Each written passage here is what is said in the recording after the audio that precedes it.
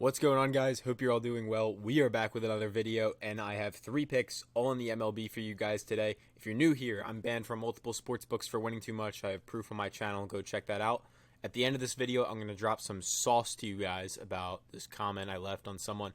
So if you do have any comments about math, betting, and how I actually win, drop them in the comments. I'll get back to you. Might respond to them in some future videos so everyone can see. But yeah, let's jump right into the picks today. So today's slip is on Underdog. Again, it is on Underdog. It is a 3-man slip, and we are taking McKenzie Gore, I believe his name is. Yeah, McKenzie Gore, less than 2.5 earned runs. The reason we're taking this is not because he's hit it in 9 of his last 10. It's not because he hit it 5 straight. It's not because he's hit it head-to-head.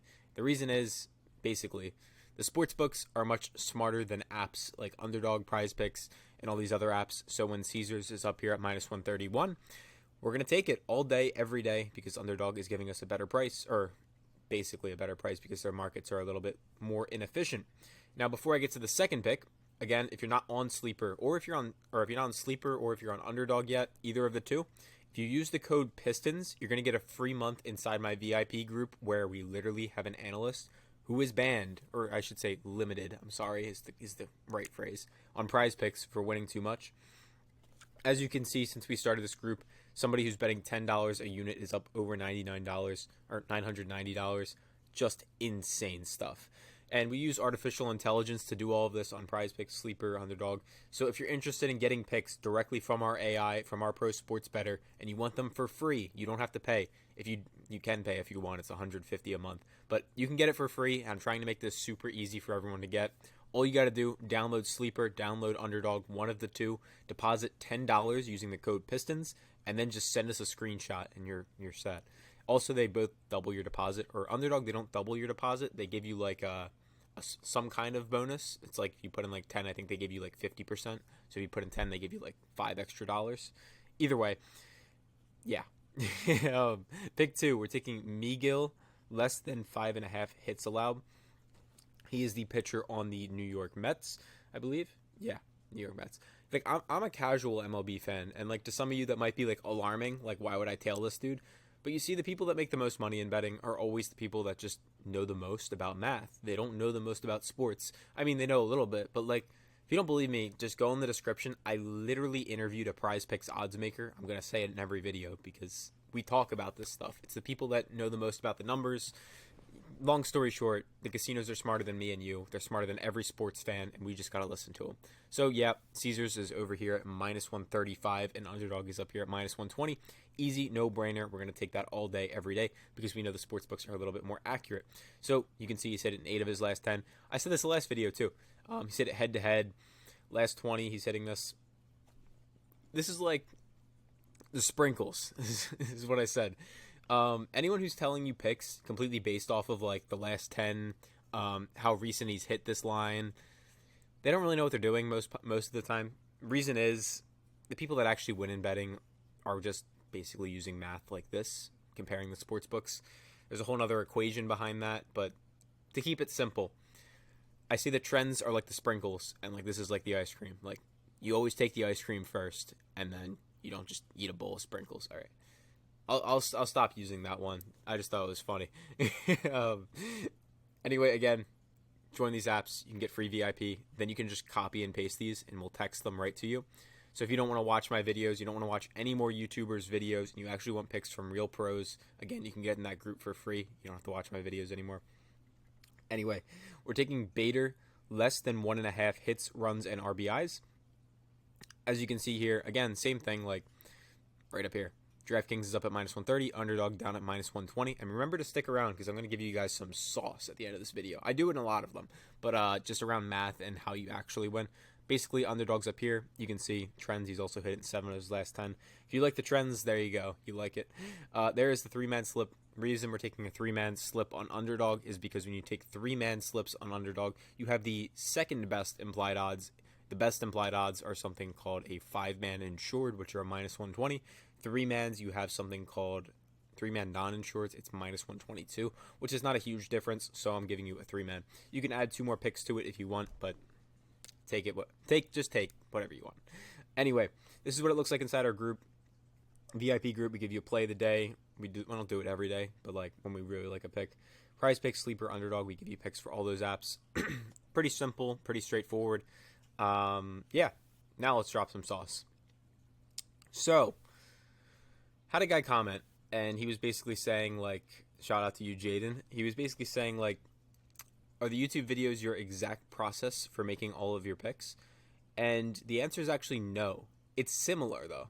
The YouTube is a very watered down version to keep things very simple and easy to understand. So what I mean by that is, for example, I tell you compare Underdog to their other sports books. Easy and simple to understand. Everyone can follow that. Basically saying Underdog is priced here, all the other sports books are priced all the way up here, so that's why we're taking it on Underdog. The more complicated answer is it's not my exact process. The reason is, I don't even know how to explain this without getting too crazy. There is a concept in sports betting called market width. It basically is telling you, like, for example, let me just scroll down. It's basically telling you when, for example, let's say we have a favorite over here at like minus 140, meaning like team A to win, and the underdog at plus 120, which is like team B.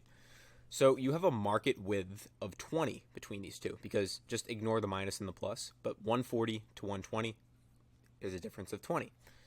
Then, same exact thing like over here, minus 200 plus 150, market width of 50. So a market width is how you determine if a casino is very, very accurate in their odds. So basically, whenever you go to a casino and you try to bet on a game, it's always going to be minus 110, which means bet $110 to win 100. At certain casinos, not many, but at some, it's going to be like minus 107, which means they're giving you better odds. The reason they're giving you better odds is because they're more confident in their markets. There's also going to be casinos like MyBookie or live bets give you minus 115, which means they're less confident in their markets. So we can take more accurate sports books. That's why I say in some of my videos, I trust Caesars a little bit more, I trust FanDuel a little bit more, and I trust DraftKings a little bit more than BetMGM and ESPN Bet. So what we can do is we can take the sharpest sports books, and those are not the sharpest sports books, by the way. The sharpest sports book in the world is something called Pinnacle. It's this website. And we can take Pinnacle's odds, meaning they have a small market width, and we can compare their odds, or plug their odds into something called a no-vig calculator, and then compare this no-vig calculation to all the other odds. So let's keep things more simple. That topic would take a full video to explain. Anyway, so here's the 3 ways that I make money betting, that I've been banned from multiple books. So option 1, and I've never seen anyone do it any other way. That's a lie. I've seen a couple people. There are real people out there who can do write-ups and actual pen-to-paper research and win. I don't want to act like there aren't, but they're so far and few between that these are the most common. Let's put it that way.